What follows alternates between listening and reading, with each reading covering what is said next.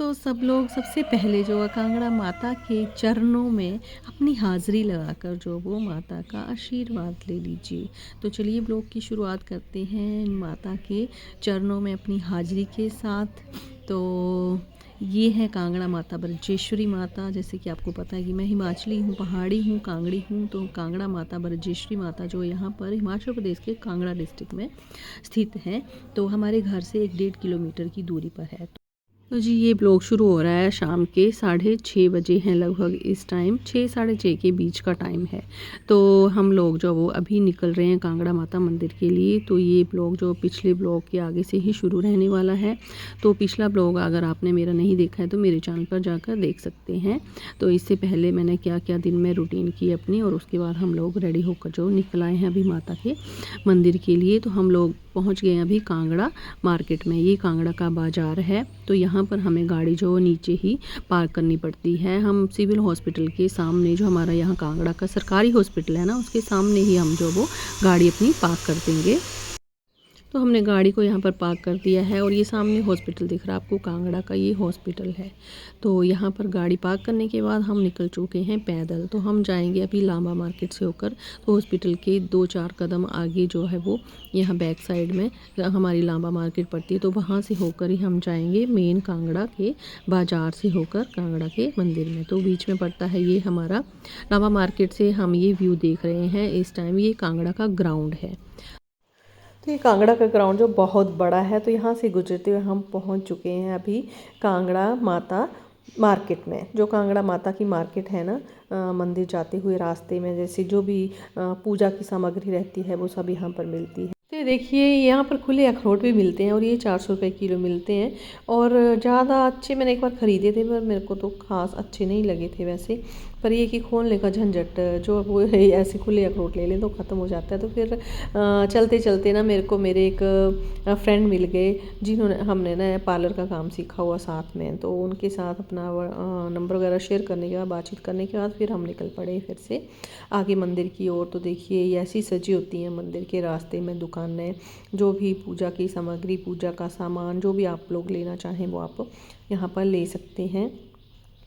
तो फिर हम पहुँच गए यहाँ पर माता के मंदिर में। तो जूते जो हमने एक दुकान में निकाल दिए और अभी ये हम एंटर कर रहे हैं माता के मंदिर में। ये मेन गेट है और यहाँ से सामने जो माता के दर्शन किए जा सकते हैं। जो अंदर कई बार नहीं जाना चाहे तो यहाँ से सामने से वो दर्शन कर सकता है।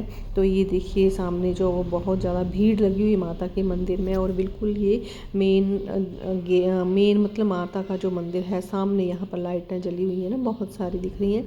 तो यहाँ पर माता की मूर्ति, यहाँ पर माता विराजमान है। तो जब मेरी शादी हुई थी ना तब तो ये जो जैसे ये लगी हुई ना बाउंड्री वगैरह जहाँ पर लोग लाइन लगा के खड़े हुए हैं, ये कुछ भी नहीं था, बिल्कुल खुला था यहाँ। और सिर्फ यहाँ बीच से रास्ते से जाते थे। फिर धीरे धीरे जो ये सारी बाउंड्री जो बन गई, यहाँ पर भक्तों की लाइनें लगती हैं। तो दूसरी साइड यहाँ पर जो वो माता जी का एक शेर यहाँ पर बाहर है। और एक शेर जो बिल्कुल माता जी के जो मूर्ति है उसके बिल्कुल सामने, जहाँ पर जाते ही हम लोग माथा टेकते हैं वहाँ पर है। तो ये है सारा माता का प्रांगण जो चारों तरफ से ऐसे हमें दिखता है। तो यहाँ पर जो वो यहाँ से जाकर बैक साइड से जो श्रद्धालु होते हैं लोकल, वो यहाँ से दर्शन कर लेते हैं। तो देखिए दर्शनों के लिए लाइनें कैसे आगे से आगे बढ़ी जा रही हैं और भीड़ भी बढ़ रही है यहाँ पर। तो हम लोग जो वो दर्शन करके यहाँ पर थोड़ी देर बैठे। तो माता के इस साइड में बैठकर जो है माता के मंदिर का व्यू जो है ऐसे दिखता है बाहर से। तो हम लोग जो यहाँ पर बैठे हैं थोड़ी देरी, जब भी हम मंदिर आते हैं तो यहाँ पर हम ज़रूर बैठते हैं। तो यहाँ पर जो वो चटाइयाँ बिछी होती हैं ना, दिन में ठंडी का मौसम है तो भक्तों के चलने के लिए, पैरों के लिए ना, ताकि ठंडा ना लगे उनको। तो मैंने आंटी से पूछा कि क्यों उठा रहे हैं। तो ये बोलते कि रात को हम लोग जो उठा देते हैं क्योंकि इसमें पड़ जाती है ओस, तो फिर ये सुबह तक गीली हो जाती हैं। तो हम लोग तो बैठे हुए थे यहाँ पर। तो आंटी जी से बात करें तो आंटी जी ने बोला कि ये जो कांगड़ा माता का जो लंगर प्रसाद चलता है ना, वो अभी खुल चुका है। अगर आप लंगर खाना चाहते हैं तो जाकर खा सकते हैं। तो यहाँ पर जब हम एंटर हुए तो काफ़ी लोग जो लाइनों में बैठ चुके थे खाना खाने के लिए, फिर हम लोग भी बैठ गए। तो यहाँ पर जो थालियाँ होती हैं वो खुद लानी पड़ती हैं, तो ये तब चालू करेंगे खाना जब ये सारी पंक्तियाँ जो वो भरना शुरू हो जाती हैं। तो अत्री जी भी थाली यहाँ पर ले आए हैं। तो मैं और स्मायरा हम लोग जो वो और अत्री जी हम लोग जो बैठ गए हैं यहाँ पर और अपने खाने का वेट कर रहे हैं। तो भाग वालों को ये खाना जो मिलता है लंगर का, तो हम लोग जो वो आज अपने आप को बड़ा ब्लेस्ड फील कर रहे थे कि हम लोग जो लंगर खा रहे हैं। काफ़ी टाइम के बाद, बहुत पहले हमने ये लंगर खाया हुआ है। तो यहाँ पर पीली दाल बनी है, चावल बनी है, पूड़ी है और साथ में बना है हलवा। तो बहुत सिंपल और बहुत स्वादिष्ट खाना होता है। बहुत मतलब इसमें ज़्यादा तेल मसाले कुछ भी नहीं होता है। बहुत अच्छा वो टेस्टी सा खाना होता है। हलवा पूरी हमने कभी भी नहीं खाया यहाँ पर। चपाती खाई है, चावल खाए हैं, दाल और कड़ी वगैरह खाए हैं। बट इस टाइम जो वो आज जो हलवा और पूरी भी हमें मिला तो हमें बहुत अच्छा लग रहा है। और सब लोगों को यहाँ पर खाना सर्व हो चुका है और सब लोग जो यहाँ पर खाना खा रहे हैं। तो 1 घंटे तक ये लंगर चलता है।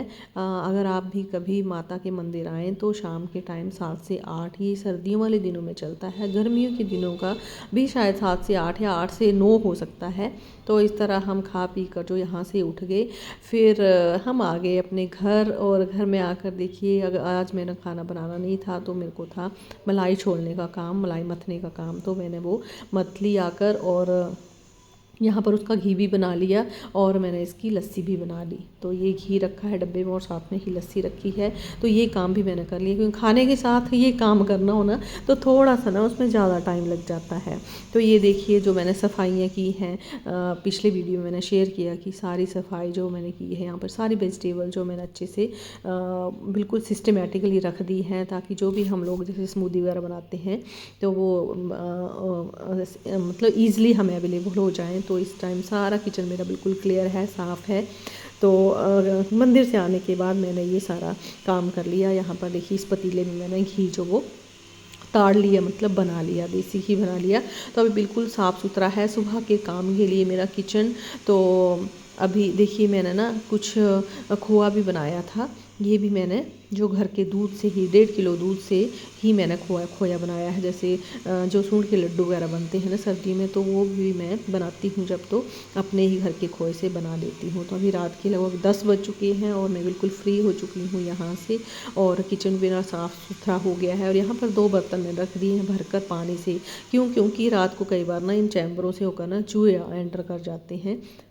हम ना एक बार शादी में गए थे, तब हमें पता चला। 1-2 दिन यहाँ किचन हमारा चला नहीं, तो यहाँ पर आने के बाद यहाँ पर जो वो चूहे एंटर हो चुके थे। तो इस उसके बाद से यहाँ पर ईंट पत्थर रखने में मेरे को अच्छा नहीं लगता है। तो रात को हम ये बर्तन भर कर रख देते हैं। तो ये है अगले दिन का, जिसमें स्मायरा जो रील्स बना रही है अपनी। जैसे कि आपको पता ही है कि मेरी बेटी रील्स बनाती है, तेज़ल, वो भी यूट्यूब पर और इंस्टाग्राम के लिए रील्स वगैरह बनाते हैं। तो हम लोग यहाँ पर हंसी ठिठोली कर रहे थे। और स्मायरा की कुछ जो कैमरामैन रहती हूँ वो मैं होती हूँ। तो स्मायरा की जब भी रील बनानी हो तो हम लोग जो यहाँ पर मैं इसकी रील्स बना देती हूँ। तो यहाँ पर शाम का टाइम है और अभी मैं कुछ काम समेट रही हूँ, कपड़े वगैरह उठा रही हूँ। कुछ कपड़े मेरे को सूखने डालने को हैं और कुछ उठाने को हैं, तो उनके हम तय वगैरह करेंगे। तो कपड़े जो मैंने बाहर से स्टैंड से उठा लिए हैं, जैसे आपको पता ही, अगर हम मेरे ब्लॉग को देखते हैं तो मेरे को कपड़े सूखने डालने के लिए जगह नहीं है, मेरे को कपड़े डालने पड़ते हैं बरामदे में ही। तो उसी उधेड़-बुन में मैं लगी हुई हूँ और साथ में स्मायरा के साथ बातचीत कर रही हूँ। तो स्मायरा ने आज मेरा सूट पहना है, तो देखिए आप मान सकते हैं कि मेरा सूट है, मेरा सूट पहना है। और स्मायरा ने ये सूट पहन का जो रील बनाई और मेरे को बहुत प्यारा लग रहा था ये सूट इसके ऊपर। मैं तो थोड़ी सी हेल्दी मोटी हूँ थोड़ी सी, तो मेरे को तो इतना अच्छा लगता है। पतले जब बच्चे होते हैं ना उनके ऊपर ना कपड़े बहुत अच्छे लगते हैं। तो स्मायरा को बहुत अच्छा लग रहा था ये सूट मैंने ये लिया था करवा चौथ के ऊपर।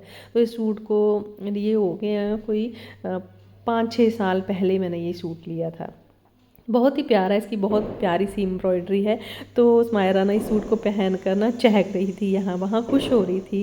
क्योंकि इसको अभी मैं सूट सिलाती नहीं, क्योंकि बच्चे अभी बड़े हो रहे हैं जैसे, तो कभी सिलवाती हूँ पर इतने ज़्यादा और है मतलब हल्के हल्के सूट सिलवा देती हूँ, जो ज़्यादा महंगे वाले हैं वो नहीं सिलवाती हूँ। तो मायरा चहक रही थी सूट को डालकर, बहुत खुश हो रही थी, जैसा कि आपने देख ही लिया।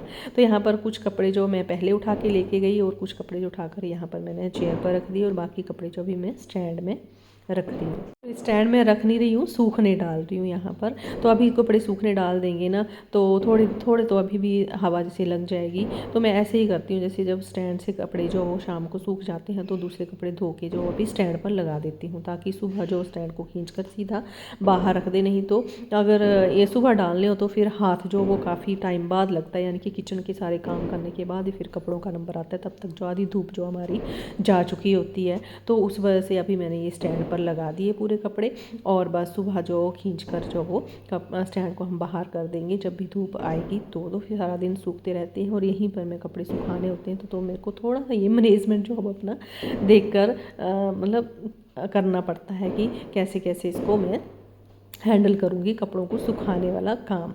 तो चलिए जी, कपड़े सूखने डाल दिए हैं और यहाँ पर जो उठाकर कपड़े लाई हूँ तो उनको मैं साथ साथ में तय भी कर लूँगी जल्दी से।